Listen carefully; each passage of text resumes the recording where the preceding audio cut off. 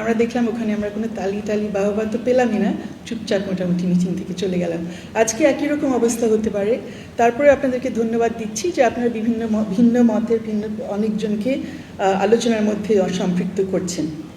যে প্রশ্ন আমার কাছে রাখা হয়েছে এই দুটি অধ্যাদেশের ব্যাপারে, যেগুলো বিচার ব্যবস্থার পৃথকীকরণ নিয়ে বা স্বাধীনতা নিয়ে, সেগুলো অবশ্যই এই আজকের আলোচ্য বিষয়ের সাথে সম্পৃক্ত। মানবাধিকার এবং একটি মৌলিক মানবাধিকার বাক স্বাধীনতা, কিন্তু শুধু বিচার ব্যবস্থার স্বাধীনতার বা পৃথকীকরণ বা তার কার্যক্রম এখানে একমাত্র কিন্তু উপকরণ না মৌলিক অধিকার নিশ্চিত করার জন্য বা বাক স্বাধীনতা নিশ্চিত করার জন্যে। আর মনে হয় আদালতের চাইতে সবচাইতে বড় উপকরণ হচ্ছে আপনারা বা আমরা এবং আমাদের বিবেক এবং আমাদের প্র্যাকটিস। তা আমি অনেকের কাছে শুনলাম আমরা অতীত নিয়ে কথা বলেছি, অতীতে কি হয়েছে সেটা আমরা দেখতে চাই না, পুনরাবৃত্তি হতে দিতে চাই না, আগামীতে যেটা না হয় এটা আমরা নিশ্চিত করতে চাই। কিন্তু বর্তমানে যে সময়টা যেখানে আমাদের একটা ভূমিকা, আপনাদের আমাদের সকলের যারা এখানে আছি একটা ভূমিকা রাখার সুযোগ আছে, আমরা নিজেরা কি করি সেটা অন্যদের উপর প্রভাব রাখে, আমার মনে হচ্ছে সেটা নিয়েও আমাদের একটু কথা বলা দরকার।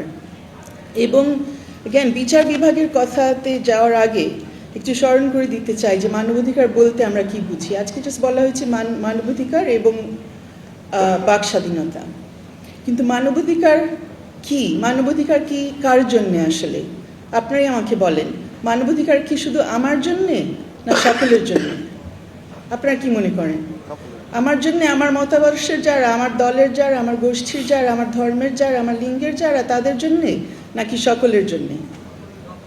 সকলের মোটামুটি। কেউ কি ভিন্ন মত? এখানে কারো কি ভিন্ন মত আছে? সো অন্য লিঙ্গের, অন্য ধর্মের, অন্য জাতির, অন্য রাষ্ট্রেরও, ইভেন বিদেশিরা, শুধু আমাদের দেশিরা না, তাদের জন্যেও মানবাধিকারের ব্যবস্থা আছে কি মনে করেন? ভিন্ন মতাদর্শের যারা, তাদের জন্য কি আছে? সবাই মনে হয় নিশ্চিত না। যারা ভিন্ন মতাদর্শের, আমার মতাদর্শ হোল্ড করে না, তাদের জন্য আমি কি তাদের মানবাধিকার আমি কি শ্রদ্ধা করব কি করব না? করব। ঠিক আছে, আমাদের এটা অন্তত আমাদের থিওরি বা তত্ত্ব যেটা আমরা করব। এখন সকলের ক্ষেত্রে তাহলে বৈষম্যহীন একটা ব্যবস্থা থাকতে হবে এবং সব ধরনের মানবাধিকারের ক্ষেত্রে, কারণ মানবাধিকার হচ্ছে সার্বজনীন, সবার জন্যে, আর মানবাধিকার হচ্ছে অবিচ্ছেদ্য, অবিভাজনীয়। তার মানে হচ্ছে যে মানবাধিকার নিয়ে আমরা এতক্ষণ কথা বলেছি, প্রত্যেকেই বলেছেন, শুধু বাক স্বাধীনতা না, জীবনের অধিকার, গুম থেকে মুক্ত হওয়া, নির্যাতন থেকে মুক্ত হওয়ার যে অধিকারগুলো, আমাদের রাজনৈতিক নাগরিক অধিকারগুলো, এর পাশাপাশি আমাদের অর্থনৈতিক ও সামাজিক অধিকারও স্বীকৃত, এবং প্রত্যেক অধিকারটা সকলের জন্য একইভাবে প্রযোজ্য হওয়ার কথা। সেখানে আমার রাজনৈতিক মতাদর্শ সেখানে কোনো ইস্যু হতে পারে না। কিন্তু বাস্তবে আমরা কি দেখেছি? নাবিলার কাছ থেকে আপনারা খুবই ভয়াবহ একটা চিত্রের বিবরণ দিল আপনাদের সামনে, যে যাদেরকে উঠিয়ে নেওয়া হতো, যাদেরকে গুম করা হতো, তাদেরকে কিভাবে আটক রাখা হয়েছে, অনেকেই যাদেরকে গুম করা হয়নি বা যারা ফিরে এসছে, কিন্তু মাঝখানে তাদেরকে কিভাবে অনেক দিন আটক রেখে তারপর অনেক দিন পরে কোর্টের সামনে সোপর্দ করা হতো। আলটিমেটলি তারা জামিন পেতেন, কিন্তু উনি যেটা বললেন, জামিন মাত্র তাদের সেই ভয়াবহ যাত্রার, তাদের মানবাধিকার লঙ্ঘনের যাত্রার শুরু, শেষ ছিল না। কিন্তু এখন আমাদের সময়, বর্তমান সময়ে আমরা কি পরিস্থিতি দেখছি? জামিনই তো শুরু হয় না, জামিনই তো পাওয়া যায় না। সেটা আপনারা কি এগ্রি করবেন? এরকম অবস্থা আমরা দেখছি যে জামিন পাওয়া যায় না। কি মনে করেন? কারো ক্ষেত্রে যারা ভিন্ন মতাদর্শের আপনাদের থেকে, তাদের জামিন তো হয় না। এখানে অ্যাডভোকেট তাজুল ইসলাম আছেন, উনিও তো গত আওয়ামী লীগ সরকারের আমলে ওনাকে তুলে নেওয়া হয়েছিল, উনি আটক অবস্থায় ছিলেন, কিন্তু আলটিমেটলি উনি কয়টা দিন আটক ছিলেন আজল কি বলতে পারেন? 6 আওয়ার্স, 6 ঘন্টা। আমি আপনাদেরকে একটা বিবরণ দিই, আপনারা আমাকে বলেন এটা কোন সময়ের? এটা বর্তমান সময়ের, অন্তর্বর্তীকালীন সরকারের সময়, না আওয়ামী লীগ সরকার, না তার আগের বিএনপি সরকার, না তার আগে কেয়ারটেকার সরকার? কোন সময়ের আপনারা আমাকে একটু বলেন। একজন ডাক্তার, ওনাকে ভোরবেলায় পুলিশ আসছে ওনার বাসায়, 40 জনের মতো বোধ হয়, 20 থেকে 40 জন ওনার বাসা ঘিরে ফেলেছে। ওনাকে সেখান থেকে নিয়ে গেছে থানায়, বলে নাই যে ওনাকে গ্রেফতার করছে, বলেছে তাকে প্রশ্ন করার জন্য তারা নিয়ে যাচ্ছে। থানায় নেওয়ার পরে সেখান থেকে তো অফকোর্স তাকে আদালতে নিয়েছে, মামলার মধ্যে তাকে জড়িয়েছে, তারপর তাকে একটা না, দুটা না, তিনটা না, 12টি মামলায় শোন অ্যারেস্ট করিয়েছে এবং প্রত্যেক মামলার জন্যে একজন বলছিলেন যে বারবার হাজিরা দিতে হয়, ওনার বারবার হাজিরা দিতে হয়েছে, বারবার হাজিরা দিয়েছেন, বারবার জামিনের আবেদন করেছেন, বারবার জামিনের আবেদন নাকচ হয়েছে নিম্ন আদালত থেকে, অবশেষে হাইকোর্টে এসে কিছু কিছু জামিন পেয়েছেন, আবার সেগুলো স্থগিত হয়েছে। এবং একটা জিনিস বারবার বলা হচ্ছে, সেখানে রাষ্ট্রপক্ষের যে উকিলরা আছেন তাদের পক্ষ থেকে বলা হচ্ছে জামিনগুলো দেওয়া যাবে না, কারণ ওনার বিরুদ্ধে যেসব মামলা আছে, বিভিন্ন ধরনের মামলা, সব মামলাগুলো তদন্তাধীন। আপনারা আমাকে বলে এটা কোন সময়কার মামলা? কেয়ারটেকার আমলের 2007-08-এর মামলা হতে পারে, কেউ কি মনে করেন ওই সময়কার মামলার কথা বলছি? আওয়ামী লীগের আমলের মামলা, 2001-এর বিএনপির আমলের মামলা, ইন্টারিমের মামলা, এখনকার মামলা, কেউ একটু অনুমান করবেন কোন সময়কার? একজন আমাকে বলেন, সাজেস্ট করেন কোন সময়ের হতে পারে।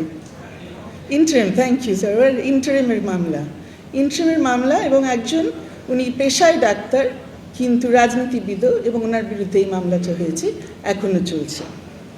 এবং এখানে এমন কথাগুলো আমাদের কোর্টে এসে শুনতে হয়, রাষ্ট্রের পক্ষে বলা হয় চার্জশিট তো হয়ে যাবে, তদন্ত তো শেষ হয়ে যাবে, যখন তদন্ত শেষ হয় তখন তো প্রমাণ পাওয়া যাবে, এই জন্য ওনাকে ছেড়ে দেওয়া যাবে না।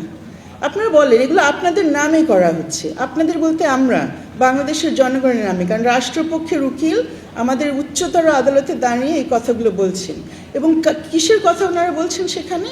তারা বলছেন যে জুলাইয়ের শহীদদের বিচারের জন্যে তারা এইভাবে বিচার চালাবেন, এইভাবে তারা তদন্ত প্রক্রিয়া এবং বিচার চালাবেন।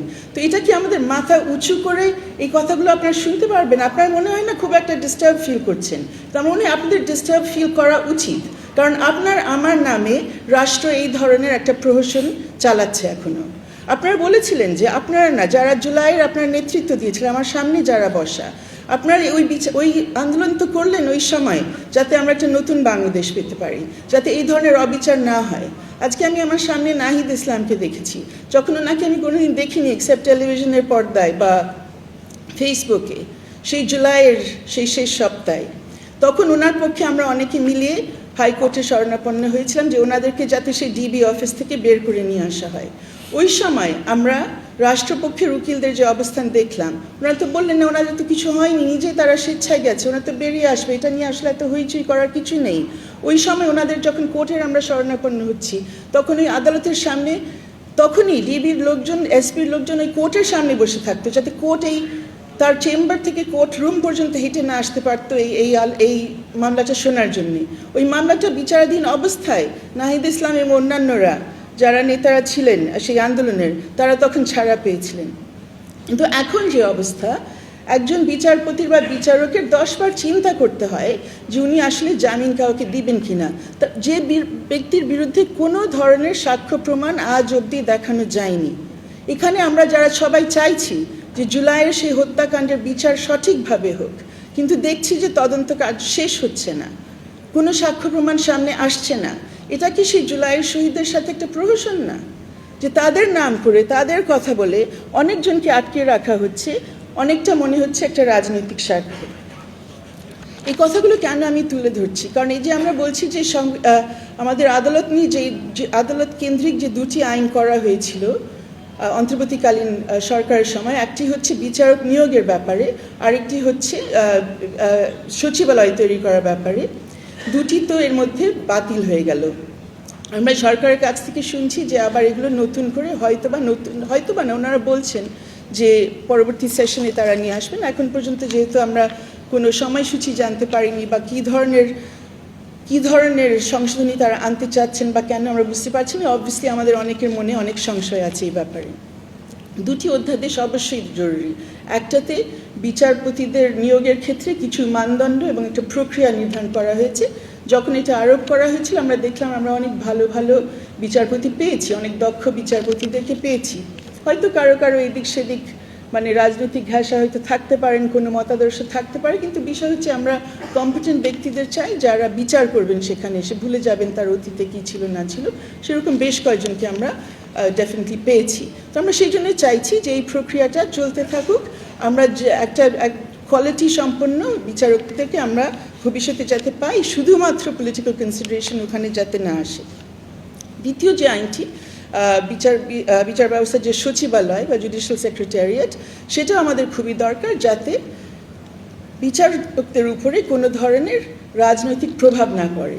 সো অফকোর্স নিঃসন্দেহে দুইটি আইন আমাদের প্রয়োজন এবং এগুলি নিয়ে আমাদের কাজ করা দরকার। আমাদের অবশ্যই সব ধরনের পাবলিক অ্যাকশন নেওয়া উচিত, মিছিল মিটিং যেটাই দরকার, সংসদের ভেতরে আলোচনা করা, সংসদের বাইরে কথা বলা, যাতে এই দুইটি আইন চলে আসে। কিন্তু এই দুইটি আইনের পাশাপাশি যদি এই ব্যবস্থাগুলো পরিবর্তন না হয়, যদি আপনারা বা আমরা মনে করি যে প্রতিহিংসা চালিয়ে আমরা সেইভাবে প্রতিহিংসার ভিত্তিতে আমরা বিচার ব্যবস্থাকে চালাবো, তাহলে আপনি যতই আইন পাশ করেন, সংসদে যাই আসুক না কেন, পরিবর্তন তো হবে না। এই জিনিসটা একটু মাথায় রাখতে হবে। ওই জায়গায় আপনাদের হাত দিতে হবে, না হলে চেঞ্জটা আপনারা পাবেন না। আর এটার পাশাপাশি আরেকটা জিনিস বলতে হচ্ছে যে আই থিঙ্ক এটা কে বলছিলেন, ওই যে জাইমা ইসলাম যে কথাটা বললেন, উনি কয়েকজনের সাংবাদিকদের নাম নিলেন যারা আওয়ামী লীগ সরকার আমলে খুব বড় বড় জায়গায় ছিলেন এবং অফকোর্স তাদের বিরুদ্ধে অনেক ধরনের অভিযোগ আছে যে ওরা আওয়ামী লীগ সরকারকে শুধু কীভাবে জিয়ে রেখেছেন না, তারা কি করে ওই সময়কার নানান ধরনের অন্যায় এবং অবিচারকে জাস্টিফাই করেছেন এবং করার চেষ্টা করেই গেছেন, এবং অন্যদের বিরুদ্ধে কী ধরনের হয়রানিমূলক ব্যবস্থা তারা করেছেন, অনেক ধরনের অভিযোগ আছে। কিন্তু এই মুহূর্তে তারা কারাগারে আছে কেন জানেন? আপনারা নিশ্চয়ই জানেন কোন ধরনের অপরাধের জন্য তারা কারাগারে আছেন।